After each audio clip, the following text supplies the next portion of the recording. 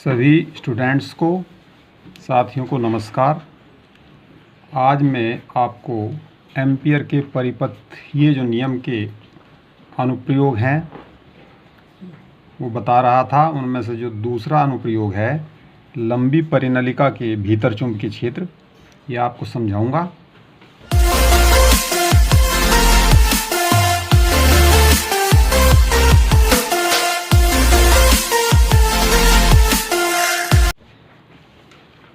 और यहाँ हम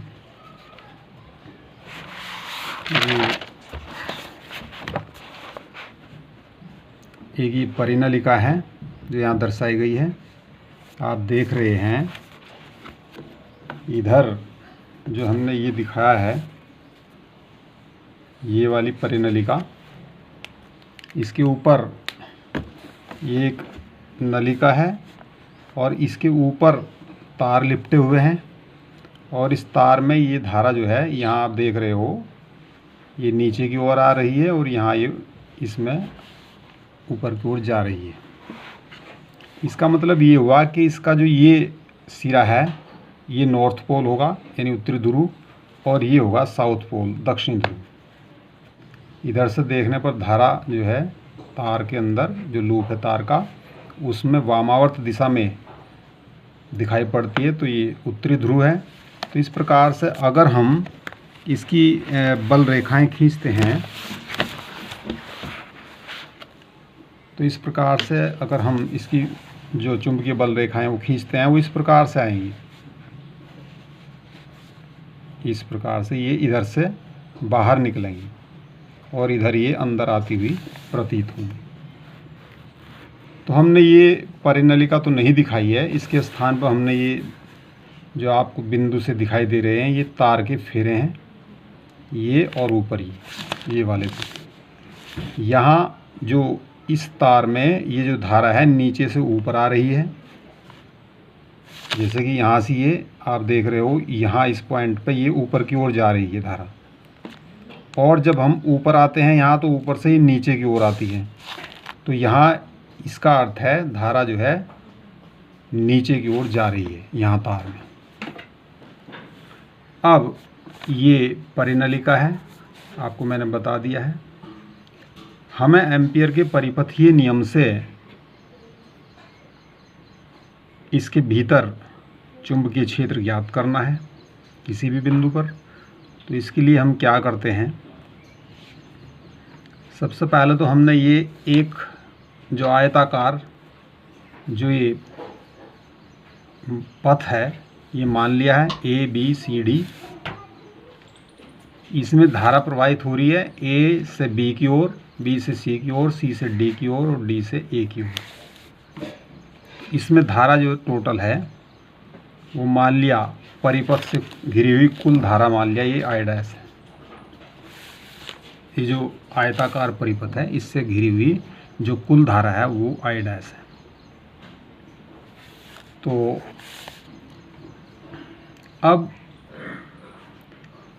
जो आयताकार पथ है उसमें आप यहाँ देख रहे हैं कि जो चुंबकीय बल रेखाएं हैं परिनलिका के अंदर लगभग एक दूसरे के समांतर हो जाती हैं। तो जो भुजा ए बी है ये आप देख रहे हैं ये चुंबकीय बल रेखाओं के समांतर है। इसका मतलब ये हुआ कि यहाँ डी एल का मतलब जो हम इसकी लंबाई लेंगे, छोटी लंबाई लेंगे ए बी की और उसका वेक्टर बनाएंगे डी एल वेक्टर, उसकी हमें इसमें आवश्यकता होगी। तो वो और चुंबकीय क्षेत्र जो बी की दिशा है वो समांतर होंगे, यानी उनके बीच कोण 0 डिग्री होगा।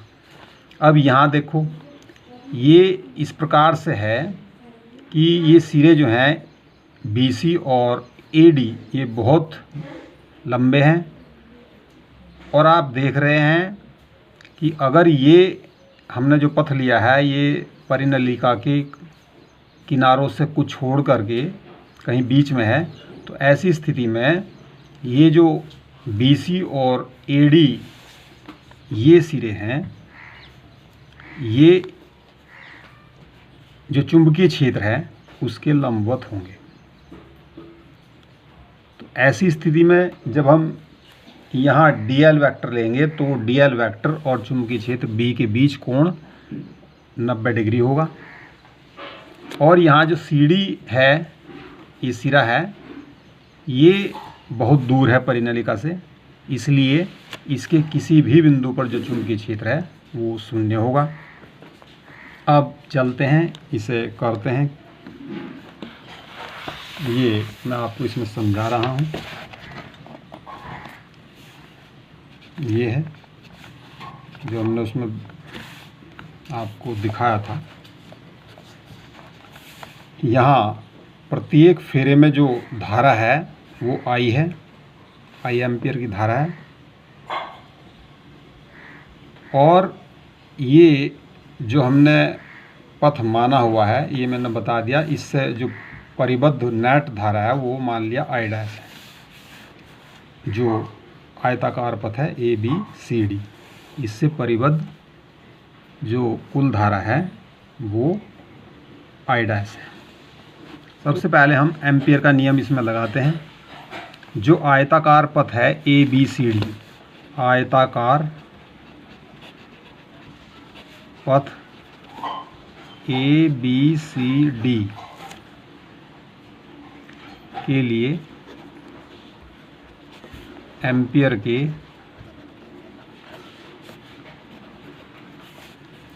परिपथीय नियम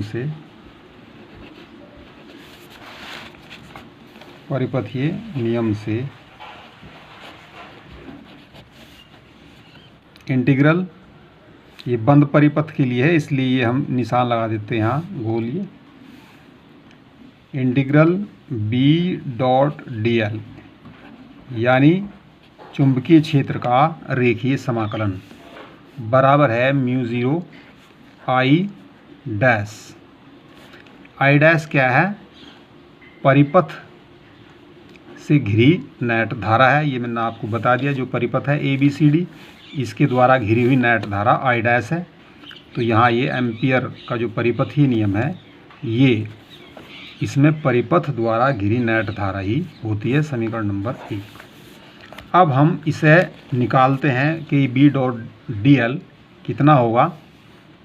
तो इंटीग्रल यही है बंद परिपथ के लिए B.dl, ये बराबर हो जाएगा। बंद परिपथ कौन सा है? ये ABCD। तो हम यहाँ A से B तक का जो रेखीय समाकलन है चुंबकीय क्षेत्र का वो कर लेंगे। ऐसे ही B से C तक, C से D तक और D से A तक, इन चारों को जोड़ देंगे तो ये पूरे बंद परिपथ का रेखीय समाकलन आ जाएगा। तो हम इसे लिखते हैं B.dl A to B plus B to C B.dl plus C to D और B.dl plus D to A B.dl। ये हुआ। अब जो ये है B to C, ये वाला B to C और D to A, ये आप देख रहे हैं चुंबकीय क्षेत्र की दिशा तो इसमें ये वाली है। जो B की दिशा है वो ये है। और ये जो dl अगर हम इस पर लेते हैं, यहाँ कहीं भी एक छोटा अवयव लेते हैं dl, तो उसकी दिशा इसके लंबवत हो जाएगी, क्योंकि ये भुजाएं इसके लंबवत हैं चुंबकीय बल रेखाओं की। तो B और dl के बीच जो कोण है वो 90 डिग्री हो जाएगा। तो ऐसी स्थिति में ये जो B to C B.dl और D to A B.dl ये बराबर 0 हो जाएंगे। कारण ये है B.dl बराबर हो जाएगा B.dl cos 90 डिग्री। और कोस 90 का मान होता है 0, तो ये सारा का सारा 0 हो जाएगा, तो इसका मान तो 0 होगा। और ये जो है सी, ये वाला, ये 0 हुआ, ये और ये दोनों 0 होगी। और ये जो है ये वाला सी टू डी, ये आप देख रहे हैं, मैंने बताया था कि ये परिनलिका से ये जो सिरा है बहुत दूर है, और दूर होने के कारण जो सी के प्रत्येक बिंदु पर चुंबकीय क्षेत्र बी का मान 0 होगा। जब बी का मान 0 होगा तो बी डॉट डी एल भी 0 होगा। इसलिए ये जो, तो ये C to D integral B dot D L ये 0 हो जाएगा। इस प्रकार आप देख रहे हैं कि ये और ये तीनों 0 हो गए हैं।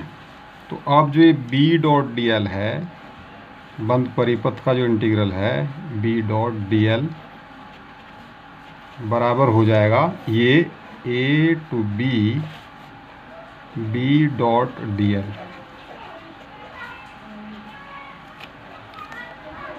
तो ये आपको पता है, यहाँ जो डी एल है, ये जब हम ए से बी जो इसकी भुजा है पथ की, तो यहाँ कोई डी एल लंबाई लेते हैं, तो डी एल लंबाई का जो वेक्टर है उसकी दिशा वही होगी जो चुंबकीय क्षेत्र बी की दिशा है, उसकी समांतर होगी। तो थीटा का मान यहाँ 0 हो जाएगा। तो A to B B D L cos 0 degree, cos 0 का मान 1 होता है, तो ये हो जाएगा A to B B D L. या आप इसे ऐसे भी लिख सकते हैं कि ए टू बी इंटीग्रल, और बी यहाँ से बाहर निकाल सकते हैं क्योंकि बी नियत है, डी एल यहाँ लिख दें। ए से बी तक अगर हम यहाँ से यहाँ तक इस डी एल लंबाई का इंटीग्रल करेंगे तो ये लंबाई आ जाएगी ए बी, जो टोटल लंबाई थी ए बी, ये आ जाएगी। और यदि ये हमने मान लिया ए बी बराबर एक्स हो, यहाँ ये एक्स मान लिया ए बी, तो हम इसे लिख सकते हैं integral B dot D L बराबर बी एक्स, समीकरण नंबर 2।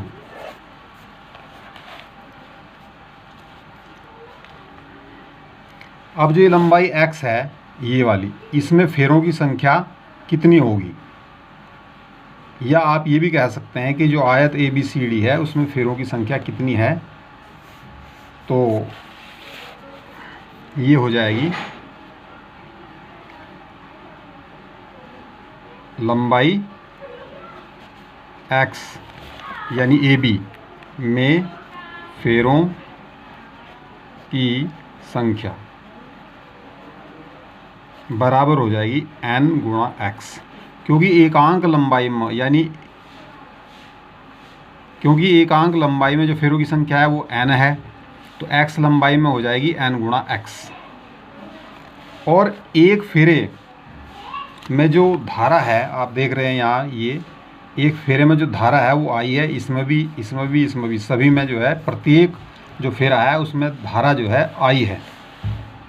तो एक फेरे में धारा आई है तो nx फेरे हैं, तो nx फेरों में धारा होगी nx गुणा आई, जो परिपथ द्वारा घिरी धारा होगी।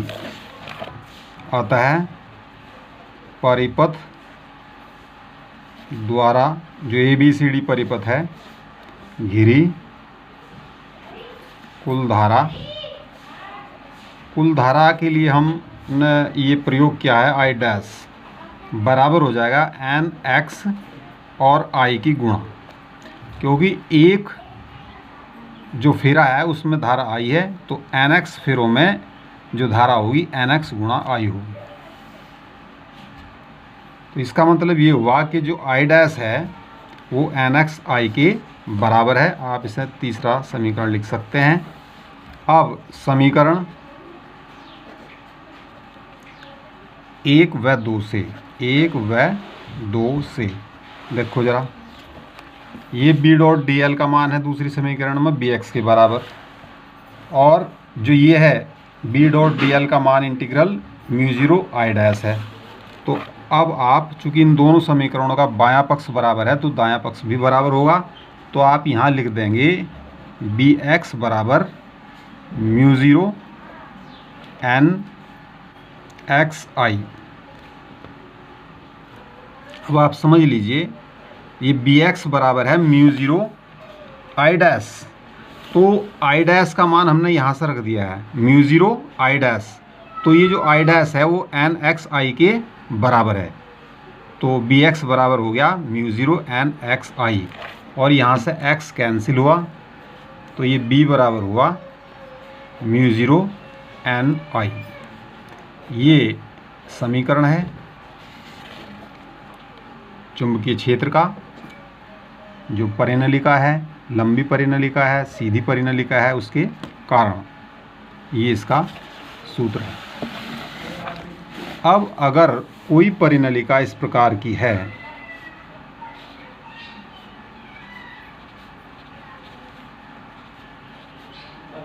ये तार दर्शाए गए हैं जो इस पर लिपटे हुए हैं, वो दर्शाए हुए हैं, तो ये परिनलिका है एक, ठीक उसी प्रकार की, और ये मान लिया इसका अक्ष है, इसके अक्ष पर कोई बिंदु P है जिस पे हमें चुंबकीय क्षेत्र ज्ञात करना है। तो ऐसी स्थिति में हम P से जब इसे मिलाते हैं, इस सिरे को और इस सिरे को, ये जो परिनलिका है ये परिमित लंबाई की है। देखो, जो हमने सिद्ध करना था वो यहाँ सिद्ध हो चुका। ये है बहुत लंबी परिनलिका है, अनंत लंबी है, और यहाँ जो मैं आपको बता रहा हूँ, अगर ये परिनलिका सीमित लंबाई की हो, मान लिया एल लंबाई की है, और इसमें जो फेरे हैं उनकी संख्या एन है, तो प्रति मीटर लंबाई पे जो फेरों की संख्या है, जिसे हम स्मॉल एन से प्रदर्शित करते हैं, वो हो जाएगा एन अपॉन एल, प्रति मीटर लंबाई में फेरों की संख्या। अब अगर बिंदु P पर चुंबकीय क्षेत्र ज्ञात करना है, तो यहाँ से, चूँकि ये परिमित लंबाई की है, तो यहाँ से इसे मिलाओ इस सिरे को, तो ये मान लिया ये जो अर्ध शीर्ष कोण है इसका θ1 है, और ये दूसरे सिरे का जो अर्ध शीर्ष कोण है वो θ2 है। तो ऐसी परिनलिका के किसी बिंदु पर जो अंदर स्थित है इसकी अक्ष पर, उस पर जो चुंबकीय क्षेत्र का फार्मूला है वो ये है, B बराबर म्यू ज़ीरो एन आई अपॉन 2 कॉस θ1 माइनस कॉस θ2, ये फॉर्मूला है, जिसमें ये I जो है इसमें धारा जो प्रवाहित हो रही है प्रत्येक फेरे में वो है, और θ1 और θ2 ये आपको मैंने बता दिए हैं, ये हैं, ये θ1 है और ये θ2 है। जहाँ जो n है वो ये n बराबर है फेरों की कुल संख्या n कैपिटल, और ये जो परिनलिका है उसकी लंबाई। अब हम इसी से, इस फॉर्मूले से ये फॉर्मूले निकाल सकते हैं जो हमने अभी निकाला है, परिनलिका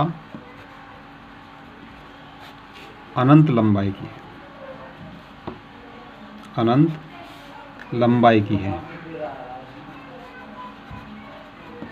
तो ऐसी स्थिति में क्या होगा, ये जो सिरा है बहुत दूर होगा, और जितना ये सिरा दूर होगा, ये वाला सिरा, उतना ही ये जो थीटा है कोण ये छोटा होगा।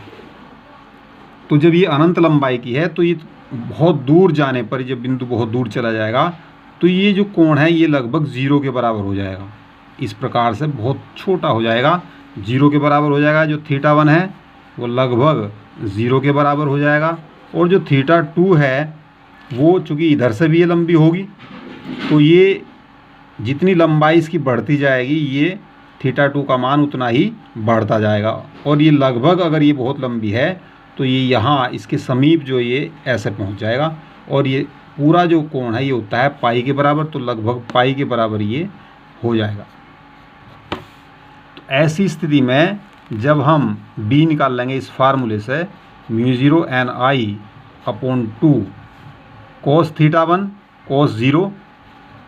cos 0 माइनस cos θ2 cos पाई, ऐसे रख देंगे। और थीटा ये जो cos 0 है इसका मान होता है 1 और cos पाई का मान होता है -1, तो 1 माइनस -1, तो यहाँ 2 आ जाएगा और 2 से 2 कैंसिल हो जाएगा, तो b बराबर आ जाएगा μ0 ni।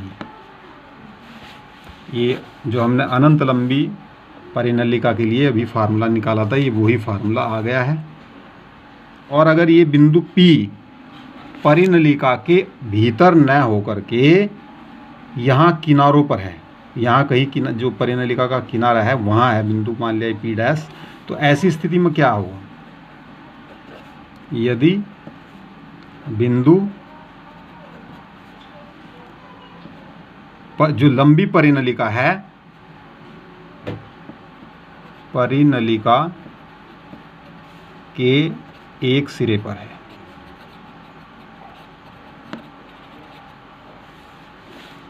जैसे ये जो P' है ये दर्शाया गया है यहाँ ये वाला। तो अब आप देखोगे अगर बिंदु यहाँ है सपोज, तो यहाँ होने पर क्या होगा, जो θ1 का मान है यहाँ होने पर ये θ1 जो है 0 के लगभग हो जाएगा, क्योंकि ये लंबी परिनलिका है और यहाँ से बिंदु बहुत दूर पड़ेगा, तो θ1 तो लगभग 0 ही हो जाएगा। लेकिन जो θ2 हम इसे यहाँ से मिलाएंगे, ये इस प्रकार से मिलाएंगे, तो ये π/2 हो जाएगा, π/2 यानी 90 डिग्री हो जाएगा। तो θ2 का मान ऐसी स्थिति में ये 90 डिग्री हो जाएगा, तो θ2 बराबर π/2। तो अब आप जब ये फॉर्मूला फिर दोबारा लगाएंगे तो b बराबर हो जाएगा μ0 ni/2 और cos 0 माइनस cos π/2। cos π/2 होता है 0 और cos 0 का मान होता है 1, तो ये तो 0 हो गया, ये 1 हो गया, तो b बराबर हो जाएगा μ0 ni/2। अगर ये बिंदु परिनलिका के अंदर स्थित है तो ये फार्मूला है, और अगर ये बिंदु परिनलिका के सिरे पर स्थित है तो फिर ये फार्मूला है। आप देख रहे हैं जो परिनलिका के सिरे पर स्थित बिंदु पर जो चुंबकीय क्षेत्र है वो उसके अंदर स्थित बिंदु पर चुंबकीय क्षेत्र का आधा है। I' परिपथ से जो घिरी नेट धारा है, तो हमने एम्पियर का परिपथ ये नियम लगाया है, B.dl बराबर μ0 I' आयत ABCD के लिए ये हमने निकाल दिया है। बंद परिपथ के लिए B.dl बराबर ये सब लिख दिया, आपको मैंने समझा दिया। इनमें से ये और ये तीनों 0 हो जाएंगे, ये सब बताया हुआ है। और इसके बाद ये केवल इसके बराबर हो जाएगा A to B B.dl, और A to B B.dl जो है ये आप देख रहे हैं ये आ गया BAB के बराबर। AB इसकी लंबाई है भुजा की, और ये अगर लंबाई x है तो ये BX के बराबर आ गया, तो इंटीग्रल B.dl बराबर BX। लंबाई x में फेरों की जो संख्या है वो nx होगी, क्योंकि प्रति मीटर लंबाई में n फेरे हैं, इसलिए x लंबाई में nx हो जाएंगे। एक फेरे में धारा I है, तो टोटल जो धारा है परिपथ द्वारा घिरी हुई वो I' बराबर nxi हो जाएगा। और इस प्रकार से ये समीकरण 1 व 2 से यहाँ Bx बराबर हो जाएगा μ0 I'। μ0 I' का मान हमने रख दिया ये μ0 nxi, तो x कैंसिल, B बराबर μ0 ni। यहीं तक है, वैसे यहीं तक आप कर लेना, लेकिन थोड़ा सा और इसमें ये है जो मैंने आपको बताया था, इसका व्यापक फार्मूला है। अगर ये कोई इस परिमित लंबाई की लंबाई जिसकी है ऐसी कोई परिनलिका है और उसमें I एम्पियर की धारा बह रही है, n फेरे हैं उसके ऊपर, तो ये सूत्र है B बराबर mu 0 NI/2 cos θ1 minus cos θ2, जहाँ N बराबर N/L। ये मैंने आपको समझा दिया है।